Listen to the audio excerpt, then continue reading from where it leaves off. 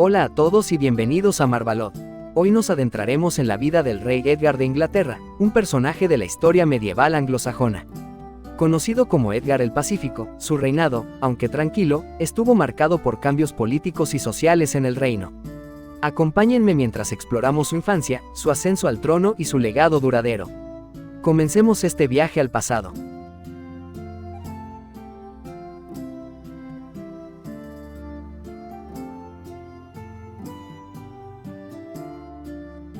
Edgar, el hijo menor del rey Edmund y de su esposa Aelfgifu. Nació en 943 o 944, mismo año en que falleció su madre, quien fue una benefactora de la abadía de Shaftesbury y venerada como santa tras su muerte. Edgar también estuvo ligado a la religiosidad por su abuela Winflaed, una mujer devota y benefactora de un convento. Criado por Aelfwine, esposa de Athelstan conocido como Medio Rey, Edgar mostró su gratitud otorgándole una propiedad en Huntingdonshire en 958. Cuando eran jóvenes, Edgar y su hermano mayor Edwig no frecuentaban la corte, como lo evidencian las primeras menciones de ellos en documentos de 955. Cerca del final de su vida, el rey Edward entregó el monasterio de Abingdon a Adelwold, quien lo transformó en una abadía y se convirtió en su abad. Edgar fue educado por Adelwold, un ferviente reformador monástico, quien probablemente inculcó en el joven príncipe su fe en las virtudes benedictinas. Esto sugiere que la formación de Edgar en Abingdon contó con el respaldo de su hermano mayor Edwig, y que había una buena relación entre Adelwold y el rey. Cuando Edwig asumió el poder, la corte estaba dominada por facciones influyentes, pero él mostró desde el principio su voluntad de actuar de manera independiente, a diferencia de su hermano Edgar. Al llegar al trono, Edwig tomó medidas para deshacerse de los consejeros principales de su tío, lo que incluyó exiliar a Dunstan al extranjero. Aelfgifu, madre de Edmund Eadred, que solía aparecer como testigo en los documentos durante los reinados de sus hijos, solo aparece en uno de los de Edwig, y luego alegó que perdió todas sus propiedades durante su reinado. Durante el periodo de 955 a 957, Edgar fue una figura destacada en la corte de su hermano, testificando en muchos documentos y siendo mencionado en uno como Regulus o Subrey.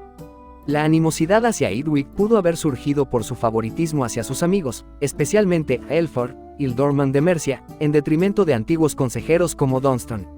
Aelfur y sus hermanos, a quienes varios reyes reconocían como familiares aunque la relación exacta es desconocida, eran cercanos a Edwig. Este último también nombró a Aelfea, hermano mayor de Aelfur, como su senescal, y ambos se beneficiaron de su generosidad. Edwig realizó otros nombramientos notables, como Athelstan Rota en Mercia y Bartnath en Essex, quien se convertiría en el héroe de la batalla de Maldon. Edgar mantuvo a estos hombres en sus cargos cuando llegó al poder, lo que demostró la capacidad de Edwig para seleccionar líderes de familias importantes, aunque su gobierno estuviera marcado por conflictos internos y favoritismos. En 957, Inglaterra se dividió entre los dos hermanos. Edwig mantuvo el control de Wessex, mientras que Edgar se convirtió en el rey de Mercia, con el río Támesis como frontera. No está claro si esto se debió a un golpe de estado contra Edwig o a un acuerdo de división entre ambos. Según un biógrafo anónimo de Dunstan, la gente al norte del Támesis abandonó a Edwig debido a su mala gestión y sustitución de consejeros sabios por personas poco capaces. Este biógrafo, sin embargo, era partidario de Dunstan y probablemente estaba en el exilio junto a él en ese momento. Durante el reinado de Edwig, el arzobispo Oda obligó al rey a divorciarse de su esposa Aelfgifu por ser parientes cercanos, aunque Edgar mantuvo una buena relación con ella cuando asumió el poder. 4 versiones de la crónica anglosajona mencionan la división del reino, y aunque hay discrepancias en las fechas, se asume que fue en 957. Es posible que ya se hubiera planeado la división durante el reinado de Edward, pero Edgar tuvo que esperar a alcanzar la mayoría de edad. Los magnates decidieron su lealtad según su ubicación geográfica. Los que gobernaban al sur del Támesis se quedaron con Edwig, mientras que los del norte apoyaron a Edgar.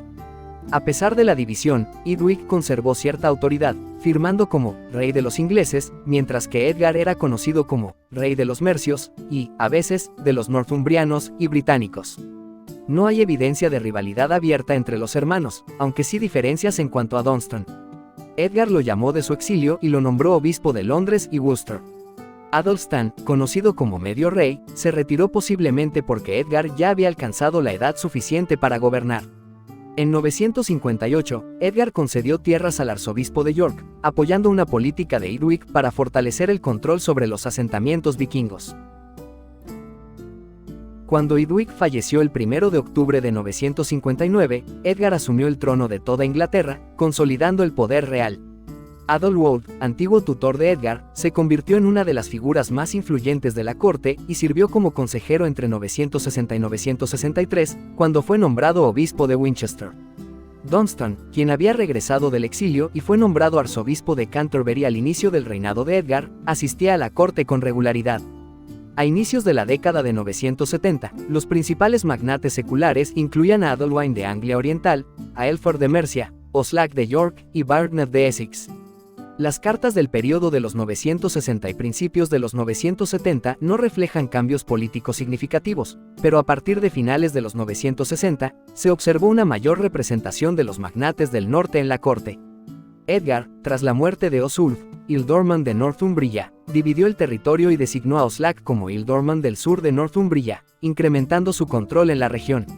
Los Ealdormen jugaron un papel crucial en la estabilidad del reino, especialmente en una época donde los reyes solían morir jóvenes. Sin embargo, las familias de Adalwine y Aelfur, con sus crecientes influencias y rivalidades, representaron una amenaza potencial para la cohesión del reino. Edgar logró mantener bajo control estas tensiones, pero después de su muerte, se intensificaron en hostilidades abiertas. Tras 970, los Ealdormen del sur del Támesis no fueron mencionados en los registros, lo que sugiere que Edgar prefirió gobernar esas áreas a través de funcionarios de menor estatus, como los Reeves. El gobierno de Edgar era itinerante, sin una capital fija, y la corte se trasladaba varias veces al año entre distintas propiedades reales. Edgar recorría el reino cada invierno y primavera para garantizar la observancia de los estatutos y proteger a los pobres de abusos por parte de los poderosos. Aunque esta descripción podría ser optimista, Edgar sí implementó castigos severos, como en 974 cuando ordenó la confiscación de tierras y la ejecución de algunos habitantes de Thanet por robar a comerciantes. La confiscación de tierras por delitos daba al rey oportunidades de patrocinio y beneficios económicos. Por ejemplo, Edgar anuló una confiscación de 100 monedas de oro y restauró propiedades confiscadas a cambio de 120 monedas de oro, utilizando estas acciones como herramienta de control y recompensas. Edgar, rey de toda Inglaterra desde 959, fue coronado junto a Aelfried como reina en Bath en 973. Historiadores debaten si esta fue su primera coronación o una segunda para reafirmar su estatus imperial, ya que solía realizarse al inicio del reinado.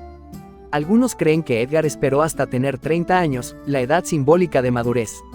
En esa época, Edgar viajó a Chester donde, según relatos, 6 u 8 reyes, según fuentes, se sometieron a él y remaron en un barco que él dirigía, simbolizando su sumisión. Sin embargo, la interpretación de esta sumisión varía. Algunos piensan que fue una negociación entre iguales, mientras otros sostienen que demostró la superioridad de Edgar, respaldada por su fuerza militar. A pesar de su influencia, los reyes galeses y escoceses no asistieron a su coronación, y el dominio inglés sobre otras regiones se debilitó tras su muerte, sin evidencias de sumisión hasta 1031. Edgar murió el 8 de julio de 975 a los 31 o 32 años, siendo enterrado en la abadía de Glastonbury, vinculada a su padre y a la reforma benedictina de Dunstan. Aunque Glastonbury se convirtió en un centro de culto real, no hay pruebas de que Edgar fuera venerado como santo antes del siglo XI. Su culto fue limitado, probablemente debido a historias sobre su vida amorosa, incluyendo relaciones con monjas. A pesar de ello, algunas fuentes católicas modernas lo reconocen como santo con una festividad el 8 de julio. Sus hijos Edith y Eduardo fueron venerados como santos poco después de sus muertes. La sucesión al trono de Edgar fue disputada entre sus hijos supervivientes. Eduardo, que fue apoyado por Dunstan y Ethelwine, mientras que Ethelredo fue respaldado por su madre y el obispo Ethelwold. Esta rivalidad no implicó divisiones sobre la reforma monástica y puede reflejar el éxito de Edgar en la unificación del país. Eduardo, tras convertirse en rey, fue asesinado en 978, y Ethelredo lo sucedió, pero su reinado terminó en desastre con la conquista danesa de Inglaterra.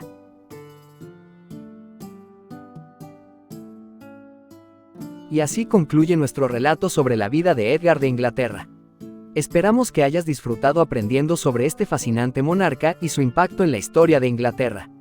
No olvides darle like a este video, suscribirte al canal y dejar tus comentarios sobre qué personaje histórico te gustaría que exploráramos próximamente. Hasta la próxima.